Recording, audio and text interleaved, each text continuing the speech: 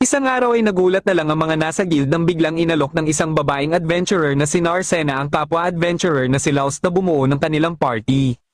Ngunit matapos nilang magpakilala sa isa't isa ay biglang kinausap si Narcena ng guild receptionist na si Amherst. Sinabihan nito si Narcena na kilala umano si Laos na isang mangmang na adventurer. Isa siyang healer ngunit wala umano itong ibang alam kundi basic heal lang. Bagamat naging miyembro siya ng party na Blades of Lightning ay tinanggal din siya dito. Ngunit kahit anong sabihin ni Amherst ay buo na ang pasya ni Narcena na makasama sa party si Laos dahil matagal niya ng pangarap na mangyari ito. Dahil dito ay napaisip tuloy si Amherst na baka matagal nang kilala ni Narcena si Laos. Nang mag-fill up na sila para sa kanilang party registration ay hindi pa din makapaniwala si Narcena na nakasama niya muli ang matagal niya nang hinahanap. Katapos nilang magparehistro ay napagpasyahan nilang magtungo na sa Mardat Labyrinth. Dahil baguhan lang si Narcena sa Mardat ay ipinaliwanag na din sa kanya ni Laos ang mga dapat niyang malaman.